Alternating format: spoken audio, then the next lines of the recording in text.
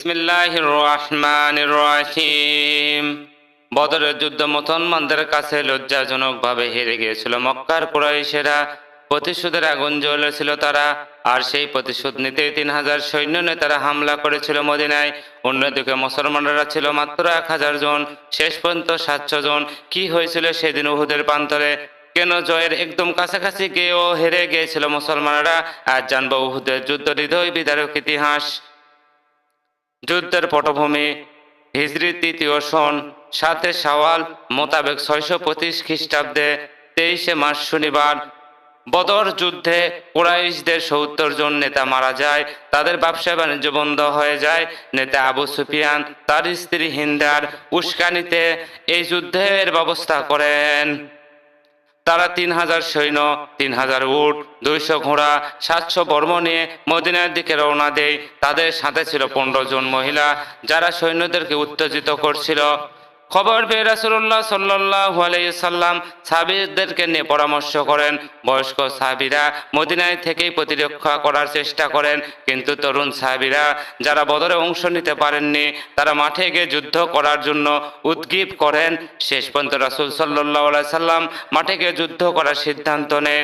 যুদ্ধের প্রস্তুতি মদিনা থেকে 3 মাইল দূরে উহুদ পাহাড়ের পাদদেশে মুসলিম বাহিনী অবস্থান নেয়। শুরুতে মুসলিম সৈন্য ছিল 1000 জন, কিন্তু পথে মুনাফিক নেতা আব্দুল্লাহ ইবনে উবাই 300 সৈন্য নিয়ে দল থেকে ফিরে যায়। সে বলে, আমার কথা শোনো, না হলে মুসলমান বাহিনী ওখানে চিরতরে শেষ হয়ে যাবে।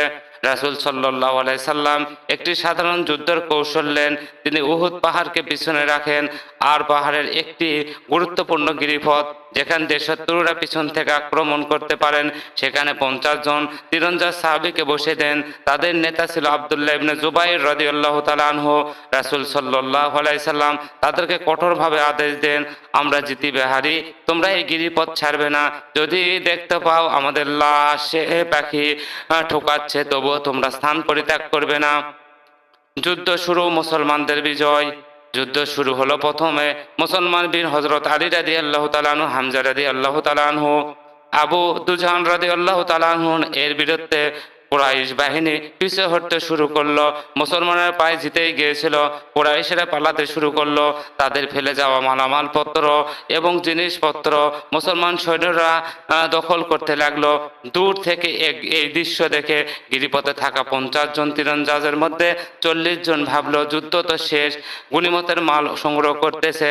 তাদের নেতা আব্দুল্লাহ ইবনে জুবাইর বারবার নিষেধ করলেও তারা কথা শুনেনি। 40 জন নিচে নেমে এলেন। পাহারায় রইলেন মাত্র 10 জন।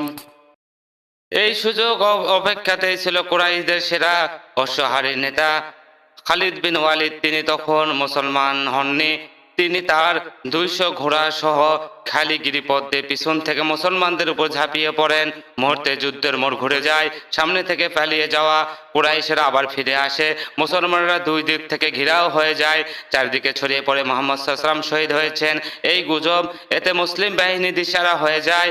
এক কঠিন সময় রাসূল সাল্লাল্লাহু আলাইহি ওয়াসাল্লাম আহত হন। তার দাঁত মোবারক শহীদ হয়।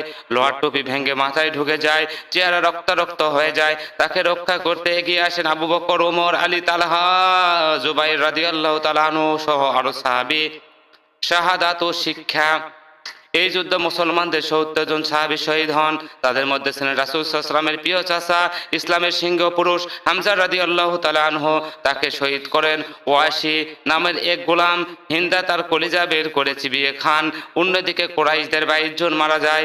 যুদ্ধ শেষে রাসূল সাল্লাল্লাহু আলাইহি ওয়াসাল্লাম শহীদদের জন্য অঝর কাঁদেন। উহুদের মাটিতে তাদের দাফন করা হয়। আল্লাহ তাআলা এই যুদ্ধ সম্পর্কে সূরা আল ইমরানের 121 থেকে 179 নম্বর আয়াত পর্যন্ত বিস্তারিত আলোচনা করেছেন। আল্লাহ বলেন, এই বিপর্যয়ের কারণ ছিল একটি আদেশ অমান্য করা। উহুদের যুদ্ধ আমাদেরকে শিখায় নেতার আদেশ অমান্য করার পরিণাম এরকম ভয়াবহ হয়। গনিমতের লোভ বা দুনিয়ার লোভ করলে আখিরাত নষ্ট হয়। বিপদে ধৈর্য ও আল্লাহর উপর ভরসা রাখতে হয়। উহুদ পাহাড় সম্পর্কে রাসূল সাল্লাল্লাহু আলাইহি ওয়াসাল্লাম বলেছেন, উহুদ আমাদের ভালোবাসা, আমরা উহুদকে ভালোবাসি। বুখারী। ভিডিওটি ভালো লাগলে লাইক, শেয়ার, সাবস্ক্রাইব করতে ভুলবেন না। কমেন্টে লিখে যান উহুদের যুদ্ধ থেকে আপনি সবচেয়ে বড় কোন শিক্ষাটি পেলেন।